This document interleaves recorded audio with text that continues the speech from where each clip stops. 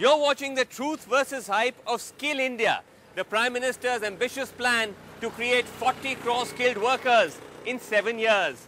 There are more immediate questions as to whether we have the capacity to skill so many workers, to ensure good quality. Is industry willing to pay a premium for skills? But there are also deeper questions of the dramatic changes taking place in India's workforce, which is leading to a new generation of workers confronting new uncertainties.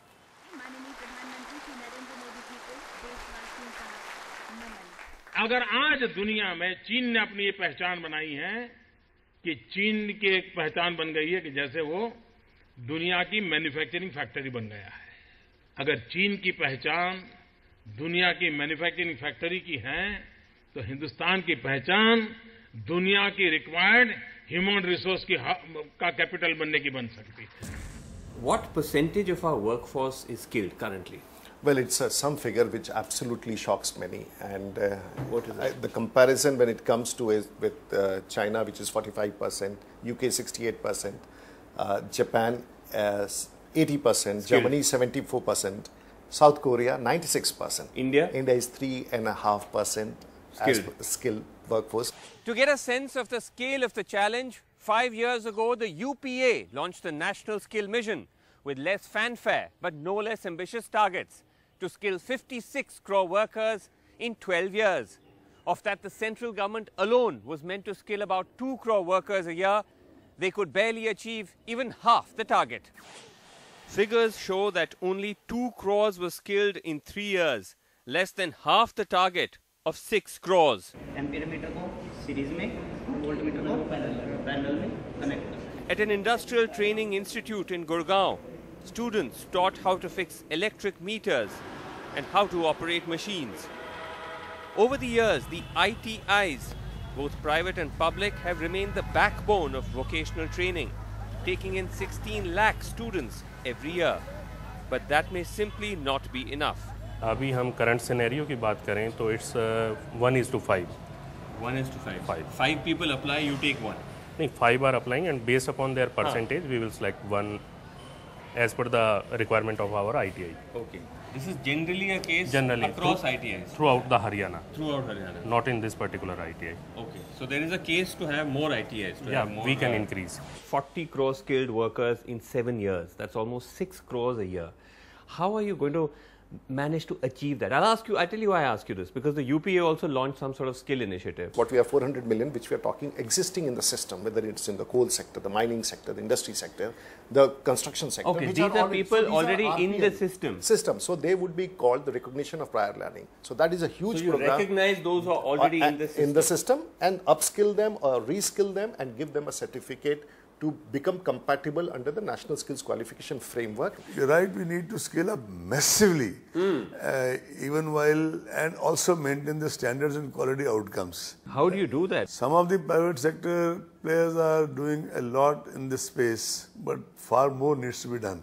Far more needs to be done. For example, in Germany, on the vocational or dual learning, as you know, the government spend is about 3 billion euros annually, and the private sector spend is about 24 billion euros a year. That's right.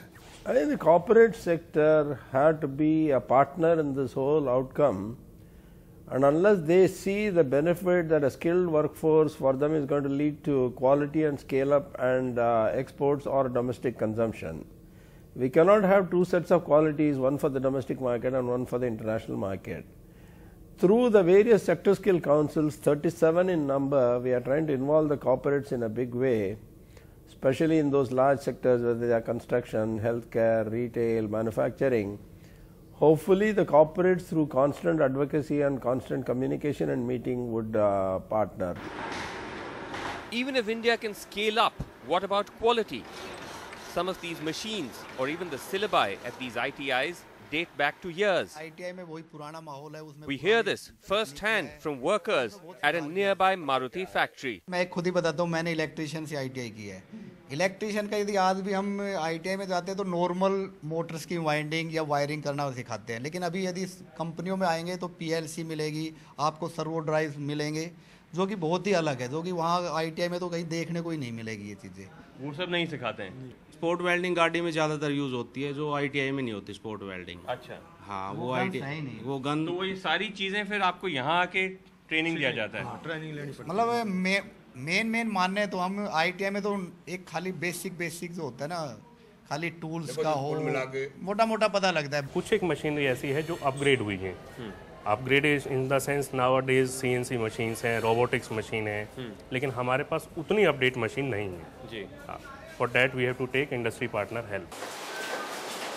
Can the private sector do more? Maruti, for instance, has adopted a cluster of ITIs, but these tend to be exceptions. There are industries and many of them, for example, Maruti Suzuki is running practically kind of funding and running A training. 30 ITIs, if not 30-35 ITIs. Yeah. There are industries who are taking interest in this. Ultimately, it is in industry's own interest, frankly speaking, to be paying a higher compensation as an incentive for reskilling and upskilling. Workers gather outside an automobile parts manufacturer in the Gurgaon Manesar belt. This man, a B.Tech from Uttar Pradesh, specialist in mechanical engineering. But now he works as a maintenance man. जैसे आप जब join आपने किया था, आपका already B.Tech हो गया था। हाँ, ऐसे भी लोग हैं जिनके पास B.Tech नहीं है। डिप्लोमा वाले, ITI वाले हैं और पॉलिटेक्निक वाले हैं। पॉलिटेक्निक वाली है, वो मिनिमम क्वालिफिकेशन है। Minimum qualification. सभी एक लेवल पे ही आते हैं। जो पढ़े लिखे नहीं है, जो लिटरेट है, उन्हें वही काम करना है जो CNC ऑपरेट कर रहा हूँ। और मैं B.Tech हूँ, मुझे वही काम करना है। एक साथ दोनों काम कर रहे हैं वहीं पे। कोई ऐसा प्रेफरेंस इनको नहीं मिल रहा है B.Tech वाले को, कुछ नहीं। ये थोड़ा अजीब सा नहीं है क्योंकि आपने सालों का ट्रेनिंग लिया है। 12 आवर्स मुझे वर्क करना है, उन्हें भी करना है। फील तो होता ही है, लेकिन क्या करें। के हिसाब से तो अजीब नहीं है। फील तो होता ही है, बट क्या करें, जॉब है नहीं। Across this belt, we would hear voices of how skills do not come with the promise necessarily of better pay. JNS ने आपने बात की थी उनसे जब जॉब चाहिए था, उन्होंने आपसे पूछा कि आपने क्या सीखा है या नहीं, ऐसा कुछ नहीं। आप कॉन्ट्रैक्टर के मैंने कागज दिखाए थे तो ऐसा उनके वैल्यू नहीं रखी, तो मैंने बोला उनको मैं कुछ भी काम कर लूँगा। Only bigger companies like Maruti recognize value. हमारे यहाँ स्किल्ड में जिसने ITI कर रखे है ना, वही स्किल्ड लेवल में आता है। अच्छा। यदि ये कोई नॉन ITI है, यानी कि मैट्रिक है या +2 भी है, तो अनस्किल्ड में। 3 कैटेगरी है, स्किल्ड, सेमी स्किल्ड और अनस्किल्ड। और स्किल्ड वाले को ज्यादा मिलता है, स्किल्ड वाले को ज्यादा, अनस्किल्ड वाले को कम, उस हिसाब से। But they constitute only a small fraction. There are only 1 million companies in India. There are only 15,000 companies in India with a paid up capital of more than 10 crores. So I think the skill premium and productivity of enterprises and productivity of individuals is basically what the agenda is for this government. But what happens is, what's been happening so far is that corporate sector has been, quite at certain levels, at certain sectors and in certain areas, have been content with taking low-cost labor and putting in their efforts to skill themselves. But that's not really a long-term solution. And if you see the trend in the last couple of years, it started changing. There has been a focus on taking in more skilled people.